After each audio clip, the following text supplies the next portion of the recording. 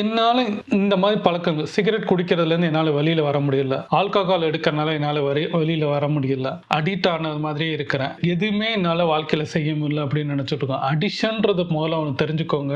வெறும் இந்த கெட்ட பழக்கங்கள் சொல்லக்கூடிய சோக்கால் நம்ம எதெல்லாம் நம்ம கெட்ட பழக்கம் சொல்லாமல் அடிக்ட் ஆகிருக்கிறாங்க, அவங்களுக்கு வந்து மறுவாழ்வு கொடுக்கறதுக்கு அனுப்பிச்சிருக்கோம்னு சொல்கிறாங்க. ஆனால் ஒன்றே ஒன்று புரிஞ்சுக்கோங்க, 99.9% வந்து நம்ம ஏதாவது ஒரு விஷயத்தில் அடிக்ட் ஆகிட்டு இருக்கோம். அது நல்லதோ கெட்டதோ நம்ம அடிக்ட் ஆகிட்டு தான் இருக்கிறோம். அதை பற்றி தான் இந்த வீடியோ. என் பேர் ஸ்ரீராம். நான் மைண்ட் செட் சம்பந்தமாகவும் எண்ணம் போல் வாழ்க்கையும் நம்மளுக்கு தேவையான வாழ்க்கையில் மோட்டிவேஷன் சம்பந்தமாக நிறைய வீடியோ மேக் பண்ணி போட்டிருக்கேன். இது ராவன் ரியல் கண்டென்ட்டாக இருக்கும். எனக்கு சப்போர்ட் பண்ணுங்க. உங்களுக்கு பிடிச்சிருந்தா சப்ஸ்கிரைப் பண்ணுங்க. அடிக்ஷனை பற்றி முதல்ல புரிஞ்சுக்கோங்க.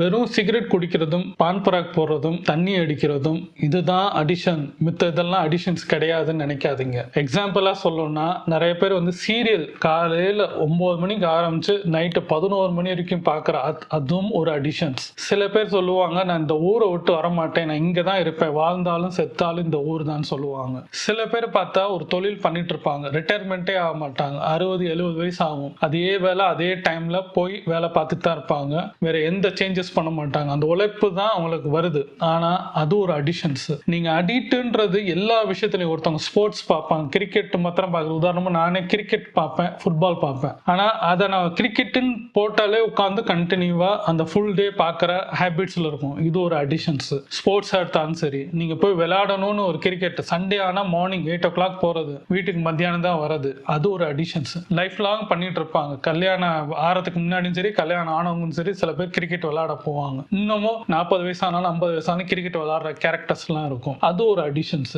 அடிஷன்றது கெட்டது மாத்திரம் அடிஷன்ஸ் கிடையாது. இது எல்லாமே நீங்க பண்ற எல்லாமே அடிஷன்ஸ் மாத்திரம் தான். நீங்க எதெல்லாம் பிரியாணி சாப்பிடணும்னு சில பேர் சொல்லுவாங்க, அது அடிஷன். டெய்லி சில பேர் பிரியாணி சாப்பிடுவாங்க. டெய்லி நான்வெஜ் இல்லாம யாருமே இருக்க மாட்டாங்க. சாப்பிட்ற ஹேபிட், நான் இந்த ஹோட்டல்ல போய் சாப்பிட்டாம தான் எனக்கு சாட்டிஸ்ஃபைடா இருக்கும்னு சொல்லுவாங்க. டெய்லி நைட் ஆனா பானிபூரி சில பேர் சாப்பிடுவாங்க. டெய்லி பார்த்தா சில பேர் போய் ஏதாவது ஒரு தேடி கண்டுபிடிச்சு இங்கேருந்து ஒரு 10 கிலோமீட்டர் தாண்டி போய் சாப்பிட்ற கேரக்டர் இருப்பாங்க. இது ஒரு அடிஷன்ஸ். மேக்ஸிமம் பார்த்தா ஒரு வாரம் கழிச்சு, சில பேர் டெய்லி இல்லைன்னா ஒரு வாரம் கழிச்சு போய் பண்றது. ஆனா அந்த பர்டிகுலர் இடத்துல மாத்திரம் தான் போய் சாப்பிடுவாங்க. எனக்கு இங்க சாப்பிட்டாதான் சாப்பிட்ட மாதிரி இருக்குன்னுவாங்க. இது ஒரு அடிஷன்ஸ்.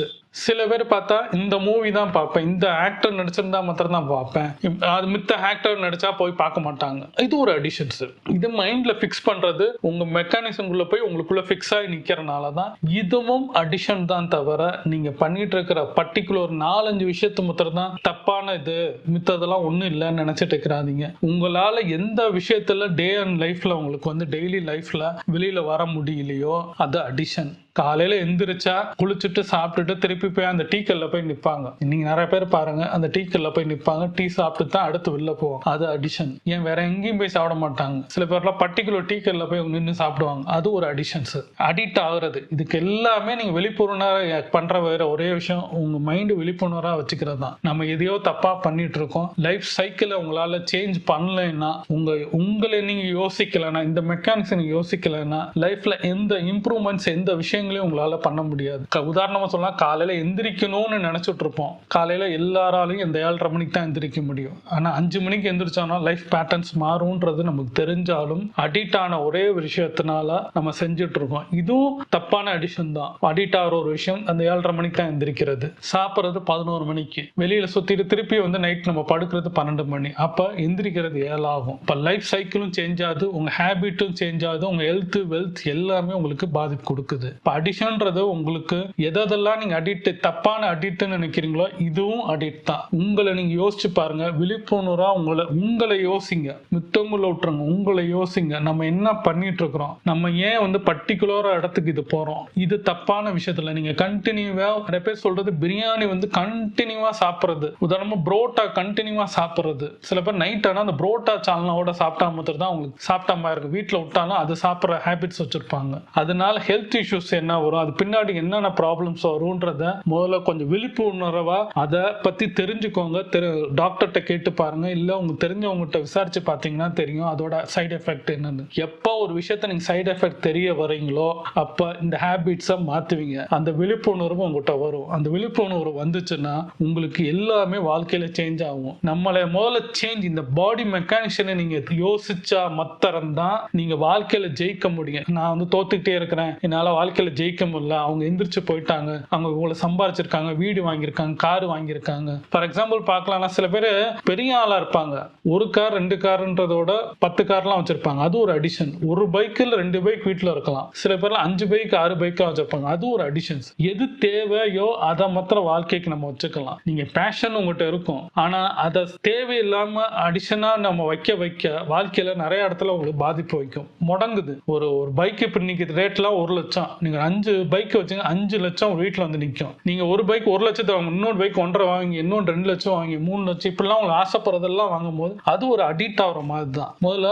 அந்த ஹேபிட்ஸை மாத்த பாருங்க. எது தேவையோ அதை வச்சுக்கோங்க, தேவையில்லாத ஒதுக்க பாருங்க. நீங்க எதை ஒதுக்காம இருக்கிறீங்களோ பின்னாடி நீங்க ஒரு யோசிக்கும் போது முன்ன போன வாழ்க்கை திரும்பி வராது, இறந்து போன வாழ்க்கை வரவே வராது. இந்த செகண்ட் இந்த கணம் என்ன பண்ணணும், எது பண்ணா நம்மளுக்கு நல்லது, தப்பா பண்ணா நம்மளுக்கு என்ன வாழ்க்கையில சைடு எஃபெக்ட் கொடுக்கும், அதை யோசிங்க. இந்த ஒரு கணத்தையும் ரசிச்சு ருசிச்சு சாப்பிடணும்னு சொல்லுவாங்க. அதே மாதிரி நான் சொல்றேன், ஒவ்வொரு கணத்தையும் யோசிச்சு நிதானமாக வாழ்ந்தீங்கன்னா அடுத்த ஸ்டெப் எடுத்து வைக்கும் போது உங்களுக்கு கரெக்டா இருக்கும். உங்க மனசு வந்து ஒரு குரங்கு, சில விஷயங்களை வந்து உங்களை வந்து அப்படியே பண்ணி எதை பண்ணக்கூடாதுன்னு நினைச்சிட்டு இருக்கிறோமோ அதை பண்ண வைக்கும், வாங்கக்கூடாத வாங்க வைக்கும், தேவையில்லாத விஷயத்தை நம்ம செஞ்சுட்டு இருப்போம், அடிக்ட் ஆகும். விழிப்புணர்வு நம்மளுக்கு இருந்தால் இந்த நேரத்தில் நம்மளுக்கு இந்த செலவு தேவையில்லை, இந்த நேரத்துக்கு இந்த ஃபுட்டு நம்மளுக்கு தேவையில்லை, இந்த நேரத்துக்கு இப்படி நம்ம பேச வேண்டாம், இந்த நேரத்தில் கோவப்பட வேண்டாம். கோவப்படுறதுமே ஒரு அடிக்ட் தான். கோவப்பட்டுக்கிட்டே லைஃப்ல நீங்க இருந்தீங்கன்னா அது ஒரு அடிஷன் தான். எப்ப எதை எடுத்தாலும் கோவப்படுறது, பைக் எடுத்துட்டு போனாலும் கோவப்படுறது, வீட்டுக்குள்ள இருந்தாலும் கோவப்படுறது, திரும்பினாலும் கோவப்படுறது, கோவப்பட்டுக்கிட்டே இருந்தாலும்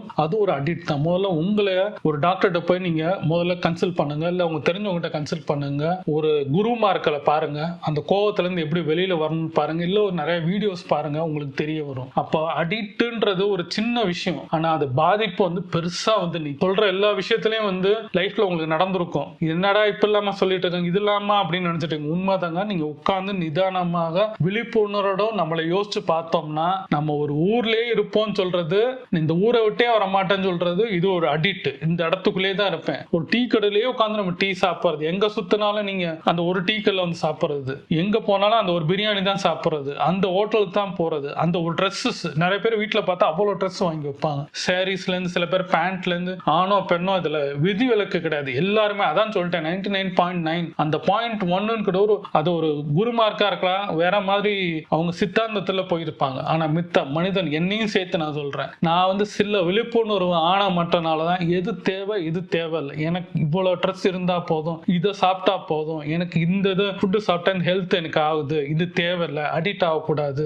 நான்வெஜ் லைஃப்ல எனக்கு இனிமேல் எனக்கு வேண்டாம், வெஜிடேரியன் எடுத்துக்குவோம், அதுலயும் வெஜிடேரியன் பர்டிகுலர் ஃபுட் சமத்துல எடுத்துக்குவோம், டாக்டர் சொன்னதை எடுத்துக்கோன்றது, எனக்கு பிடிச்ச விஷயத்த ஹெல்த் எனக்கு பாதிக்குது, அதை ஒதுக்கிட்டேன். சில பேர்ல பார்த்தா உதாரணம், இப்ப இன்னைக்கு காலையில் நியூஸ் பார்த்தேன், ஒரு சினிமா ஆக்டர் கலாபாவனி, அந்த ஒரு மலையாள ஆக்டர் வந்து ஜெமினி படத்துல நடிச்சிருப்பாரு விக்ரம் கூட, அவர் இறந்து போனார் 2016. இன்னைக்கு ரிப்போர்ட் டிவில என்ன சொல்றாங்கன்னா, அவர் தொடர்ந்து டெய்லி அவருக்கு வந்து பீர் குடிப்பாரு, ஆல்கஹால் கூட பீர் வந்து டெய்லி வந்து 15 பாட்டிலுக்கு மேல குடிப்பாராம். அவர் இறந்து போறதுக்கு முன்னாடி ரத்த வாந்தி எடுத்திருந்தப்பையும் அந்த பீர் குடிச்சிருக்கிறார். அது அந்த ரத்தத்துல நம்ம மருந்துக்கு யூஸ் பண்ற அந்த ஆல்கஹாலுக்குள்ள கலந்து அதிகமா அவர் இறந்து போயிருக்கிறார். அதான் உண்மையானன்ற ரீசன் நியூஸ்ல சொல்றாங்க. அப்போ அடிக்ஷன் வந்து ஒரு மனுஷன் உயிரே போயிருக்கு, எல்லா இடத்துலயும் போயிருக்கும். ஆல்கஹால் வந்து மாத்திரம் இல்ல, நீங்க எந்த ஹேபிட்ஸ் வேணா எடுத்துக்கோங்க, ஹேபிட்ஸ் வந்து இதுதான்றதுல உங்களுக்கு ஒரு ஹேபிட்ஸ் இருக்கும். எனக்கெல்லாம் சில நேரம் பார்த்தா தூங்கி எந்திரிக்கிறது லேட்டா இருந்தது வந்து எனக்கு ஒரு ஹேபிட்ஸ் தப்பா இருந்தது, பல வருஷமா இருந்தேன். இப்பதான் கடந்த ஒரு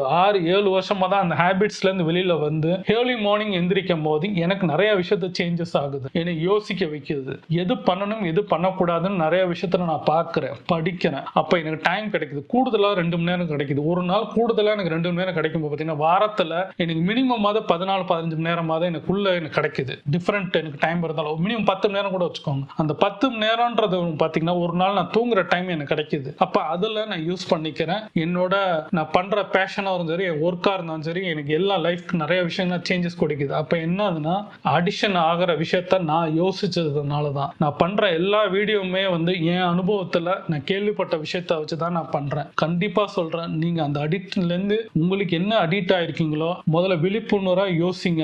இந்த மைண்ட்ல அந்த சப்கான் மைண்ட்ஸ்குள்ள இருக்கிற பதிஞ்ச விஷயத்த தூக்கி போறதுக்கு யோசிங்க, எழுதுங்க. உங்களுக்கு என்னென்ன நெகட்டிவா இருக்கோ என்னென்ன ஹேபிட்ஸ் இருக்கோ முதல்ல எழுதி பார்த்தீங்கனாலே தெரிஞ்சிடும். நம்ம வந்து இதுல தப்பா இருக்கிறோம், இதை மாத்தணும்னு உங்களுக்கு தோணும். நான் எப்படி ஒரு விஷயத்த நான் மாத்தினேன், இது மாதிரி நிறைய விஷயத்த மாத்திருக்கேன். நான் தூங்குறத மாத்தினது டைம் 5 o'clock எந்திரிச்சது வந்து இன்னைக்கும் சரி அலாரம் இல்லாம என்னால எந்திரிக்க முடியும். இங்க வீட்டுல மாத்திரம் இல்ல, எங்கேயா இருந்தாலும் வெளியில போனாலும் என்னால எந்திரிக்க முடியுது. காரணம் நான் என்னை சப்ஸ்கிரைப் மைண்ட்குள்ள பதிஞ்ச விஷயத்த செல்ஃப் டிசிப்ளினா நான் சில விஷயங்களை மாத்தினால கஷ்டப்பட்டு தான் மாத்தினேன். ஒரு நாள்ல மாத்தல, அது மாத்துறதுக்கு பல நாள் ஆச்சு. மாத்தி அந்த 48 டேஸ்க்கு அப்புறம் என் லைஃப்ல நிறைய சேஞ்சஸ் கொடுத்தோன்னே இப்போ லாஸ்ட் 7 to 8 இயர்ஸா வந்து அந்த ஹேபிட்ஸ் எல்லாம் மாறும்போது எனக்கு டிஃபரெண்ட் தெரியுது. நான் லைஃப்ல என்ன மாதிரி இருக்கிறேன்னு தெரியுது. ட்ரை பண்ணுங்க, நீங்களும் உங்களால எல்லா விஷயத்திலையும் மாற்ற முடியும். முயற்சி தான், ஒரு ஸ்டெப் எடுத்து வைக்கிறதா, ஒரு படி எடுத்து வச்சு பாருங்க. கஷ்டம் தான் ஃபர்ஸ்ட் படி எடுத்து வச்சுட்டீங்கன்னா செகண்ட் தேர்டு நீங்க பாட் போயிட்டே இருப்பீங்க. லைஃப்ல உங்களுக்கு சேஞ்ச் கிடைக்கும். யோசிங்க, உங்களை அடிக்ட்ல இருந்து வெளியில வாங்க.